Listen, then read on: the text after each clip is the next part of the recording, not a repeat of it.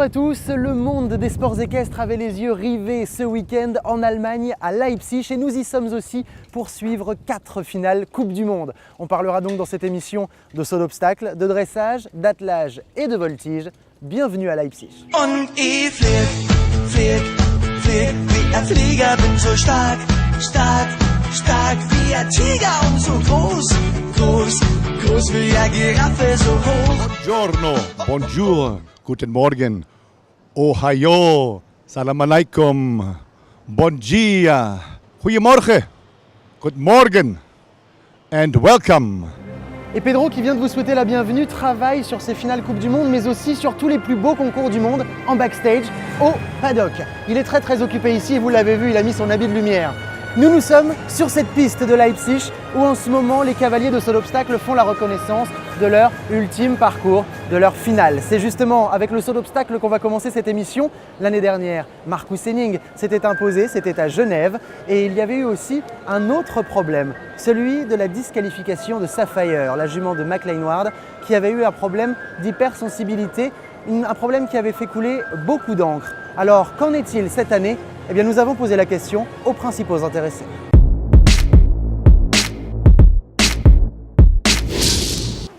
Un an s'est écoulé depuis la finale Coupe du Monde de Genève, mais McLean Ward a encore ce fâcheux épisode en mémoire. Vous savez, ce qu'a fait la FEI a été terrible pour le sport, et c'était plus politique que fair play. Mais on avance, on a de longues carrières, et on continue à faire le job. Et j'espère vraiment qu'il y aura un grand gagnant et que moi je finirai bien.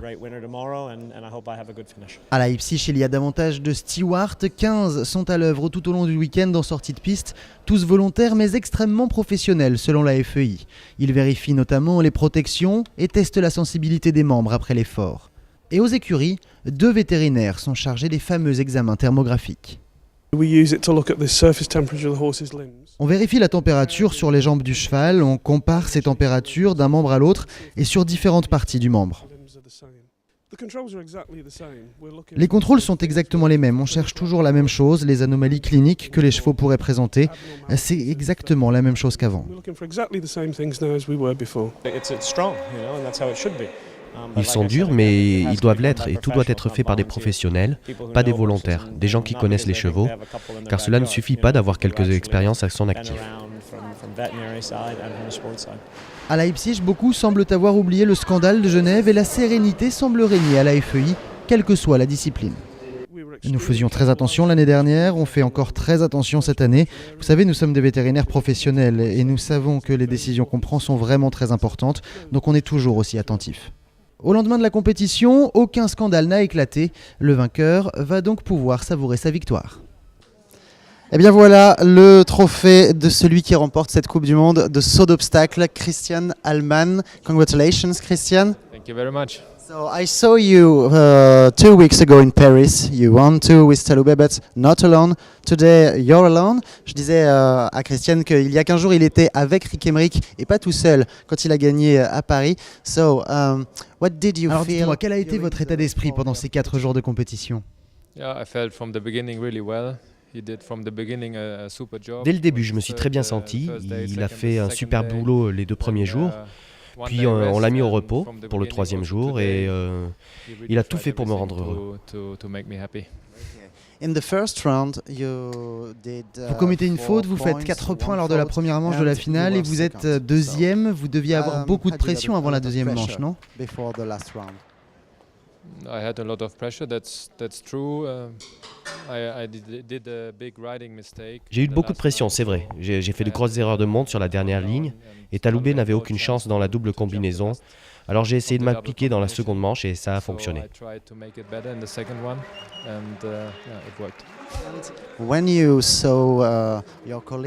Et quand vous avez vu votre compatriote Marco Kutscher faire une première puis une 2e faute, que s'est-il passé dans votre tête?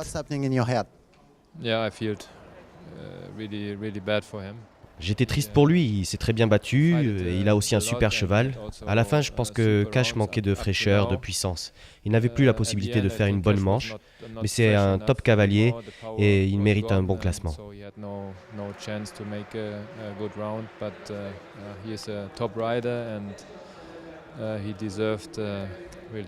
good place. You were European champion in 2003. Vous avez été champion d'Europe en 2003, c'était avec Koster. Vous venez de gagner la Coupe du Monde.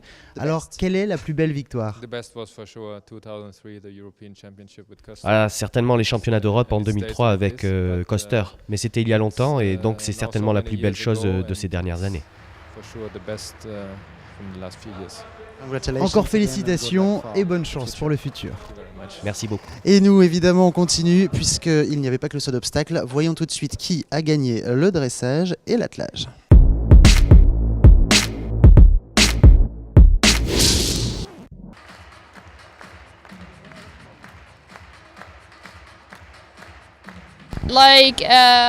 Comme sur tous les derniers concours, Parcival a été très sage et relax. Il commence à aimer l'ambiance, c'est surtout ça qu'on a travaillé. Je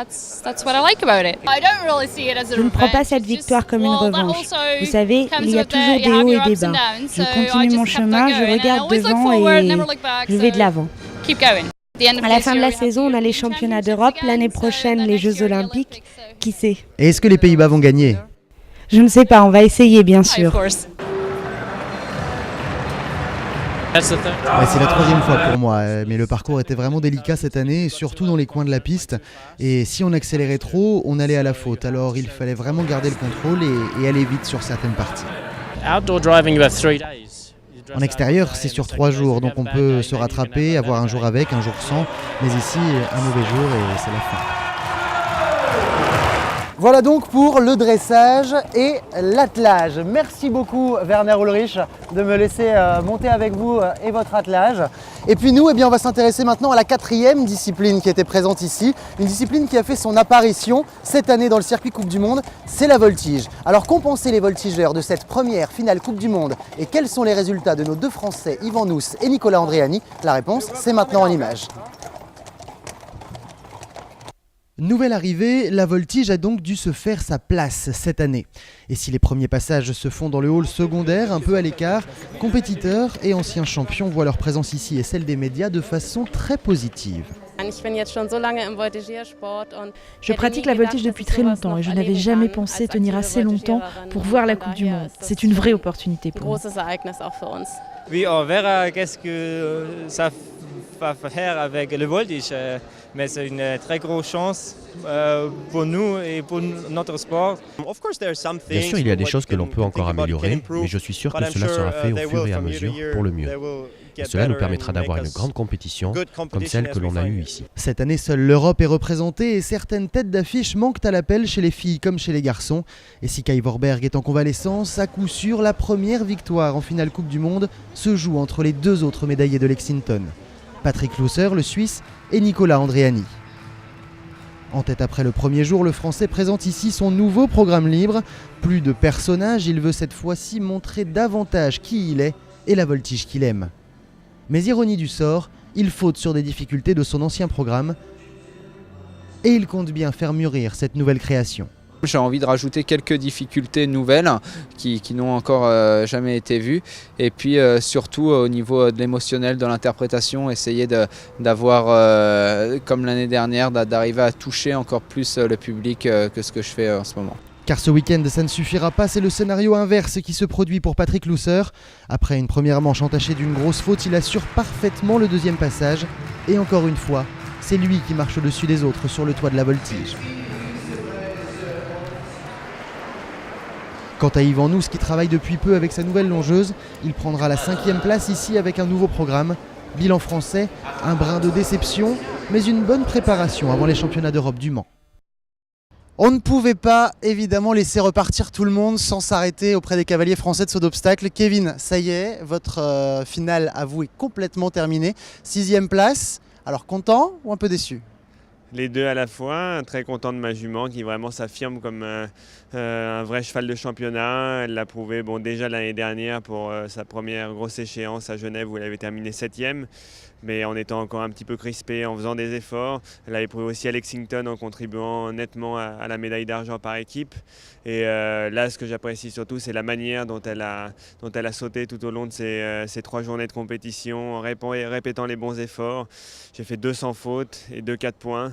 Je suis déçu parce que c'est toujours facile, hein, les autres concurrents vous diront la même chose, mais avec une faute de moins, j'aurais fini deuxième. C'est vrai que j'envisageais un podium tellement ma jument est en forme en ce moment. Maintenant, sixième, je suis vraiment content pour elle. Alors, est-ce qu'elle est un peu éprouvée au bout de ces 4 parcours? Est-ce que vous la sentez encore fraîche? Et surtout, comment est-ce que vous allez gérer la suite? Parce que la Coupe des Nations, ça arrive vite. La Baule, c'est dans 15 jours.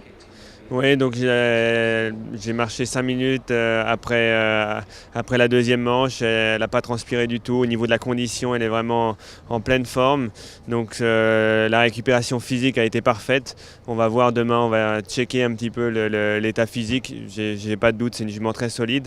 Le plan pour l'avenir, c'est de sauter la Coupe des Nations avec elle à la Baule. Donc un week-end sans rien, la Coupe des Nations à la Baule, et ensuite la laisser souffler. Elle va aller faire un transfert d'embryon. Enfin, je la garde en Belgique, elle fera un transfert d'embryon. Et ensuite, je pense la laisser souffler 1 mois, la reprendre gentiment au travail et recommencer pour être prêt pour Aix-la-Chapelle et Madrid. Et pour finir, vous aviez couru la finale de Genève l'année dernière. Vous êtes cette année à Leipzig. Comment vous avez trouvé cette organisation ici en Allemagne? Très germanique, avec, oui, effectivement, quand on sort du hall de Genève qui a du charme, où vraiment il y a une recherche artistique vraiment prononcée, et que l'on vient ici où on est plus dans l'efficacité que vraiment dans la beauté de l'événement. Non, c'est bien, c'est allemand, c'est-à-dire que c'est très bien structuré, voilà, on a vraiment une belle organisation autour de cet événement. C'est 2 événements, 2 finales complètement différentes, on ne peut pas juger ni l'une ni l'autre. Il y a encore des détails vraiment à améliorer pour avoir le vrai standing d'une grande finale. S'il y a une remarque à faire, je pense que d'avoir les 4 disciplines un même week-end, ça enlève un petit peu de prestige à la finale Coupe du Monde de saut d'obstacle, parce qu'on est un petit peu dans une foire en permanence. Ce qui serait bien Non, avec le dressage, je pense que c'est très complémentaire, mais quand vous êtes sur une détente de finale Coupe du Monde et que vous avez l'attelage juste à côté de vous qui perturbe un peu les chevaux, voilà, je pense pas que ça rentre forcément dans le cadre du dressage et du saut d'obstacle. Je pense qu'on devrait scinder en 2, faire une finale Coupe du Monde avec l'obstacle et le dressage, et une autre avec la voltige et l'attelage. Ça n'engage que moi dans ces propos-là, mais on est plusieurs à y réfléchir pour peut-être partir sur ce format-là. Merci beaucoup Kevin, bon retour et puis à très bientôt forcément. Merci beaucoup. Quant à vous, vous ne bougez pas, enfin si, puisqu'on va bouger ensemble, on va aller voir Simon Delestre qui lui courait par contre sa première finale Coupe du Monde. C'est parti, on y va. Et Simon lui aussi s'apprête à repartir. Bonjour Simon. Bonjour. Alors Simon, j'imagine que forcément vous êtes déçu de ce dernier tour avec Couleto parce que ça avait très bien commencé avec lui. Même si avec Napoli c'était un petit peu compliqué la chasse, Couleto n'avait pas touché une barre. Qu'est-ce qui s'est passé sur ce dernier parcours? Non, c'est sûr, Couleto a fait quand même une très bonne finale, il sautait parfaitement depuis le début du concours. Avant de rentrer le dernier saut, avant de rentrer en piste à la dernière manche, j'ai eu une grosse faute et ça l'a vraiment beaucoup déstabilisé, c'est le genre de truc qu'il déteste. Et puis dans le parcours, je l'ai perdu un peu en fin de tour et commencé sur le dernier double à paniquer un peu. C'est un cheval hyper sensible. Et quand il commence à paniquer un peu, c'est sûr que ça s'enchaîne moins comme on veut. Bon, quel bilan vous tirez de cette première finale Coupe du Monde pour vous? Parce qu'il y a du un peu moins bon, mais il y a quand même du très bon aussi. Comment vous l'avez vécu cette finale? Non, c'est sûr, on a vu que Couleto était à même de sauter ça d'une aisance qui est vraiment impressionnante. Donc ça, c'est super positif. Après, c'est sûr qu'au résultat global, on est un peu déçus. Et Napoli qui a sauté la chasse, quel bilan vous avez avec lui justement? Parce que c'était un bon choix finalement de mettre Napoli pour la chasse et Couleto après. Pas déçu? Napoli était un tout petit peu en dessous de ce qui peut être à la chasse, malheureusement. Bon bah voilà, après ça c'est le sport, mais c'est vrai que sur la chasse, la hauteur de la chasse, normalement il aurait dû être un peu plus performant. Après voilà, 9 fois sur 10 il est dans le coup, on peut pas lui en vouloir. Et pour finir, est-ce que c'est un endroit qui vous a plu avec 4 finales Coupe du Monde? Kevin Stott nous disait que pour lui c'était peut-être un petit peu too much, un peu trop. Moi j'ai pas eu trop de chance parce qu'à chaque fois que je me suis retrouvé au paddock, il y avait le paddock de l'attelage à côté. Donc le premier jour avec Napoli, ça m'a terriblement dérangé. J'ai dû aller détendre dans un autre paddock et que sauter dans le dernier paddock. Donc ça, c'est sûr que ouais, le cheval était raide énervé quand je me suis mis dessus, donc c'était pas l'idéal. Et cet après-midi, pour la première manche de la finale avec Couleto, c'était la même chose. J'ai pas pu sauter dans le grand paddock parce qu'il y avait l'attelage à côté, que le cheval était perturbé. J'ai dû directement aller à l'autre paddock. Bon, il a super sauté dans la piste, mais pour nous, c'est quand même pas les conditions idéales. Et où est-ce que vous retrouvez après alors, Simon? C'est quoi votre programme? Je vais à Valence, là, la semaine prochaine. Très bien. Avec qui? Couletto. Eh bien, bon courage pour Valence. Merci beaucoup en tout cas de vous être arrêté. Je vous laisse repartir parce que je vois que vous avez les carnets de vos chevaux dans les mains. Et puis vous ne partez pas. Maintenant, c'est le zapping. Ladies and gentlemen, in just a few moments, our show will begin.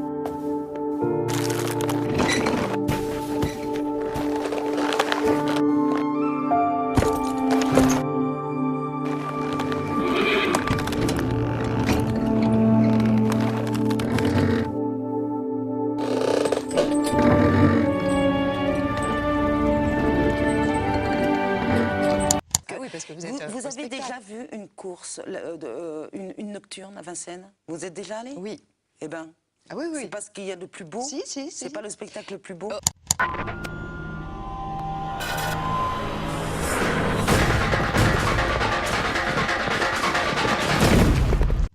Du Grand Palais, les meilleurs cavaliers mondiaux sont réunis, notamment un Français numéro 1 mondial du saut d'obstacles. Jean-Pierre Ferret et Sylvain Roland l'ont suivi. Dès que l'on pénètre sous cette verrière de 60 000 mètres carrés, on est frappé par la majesté du lieu.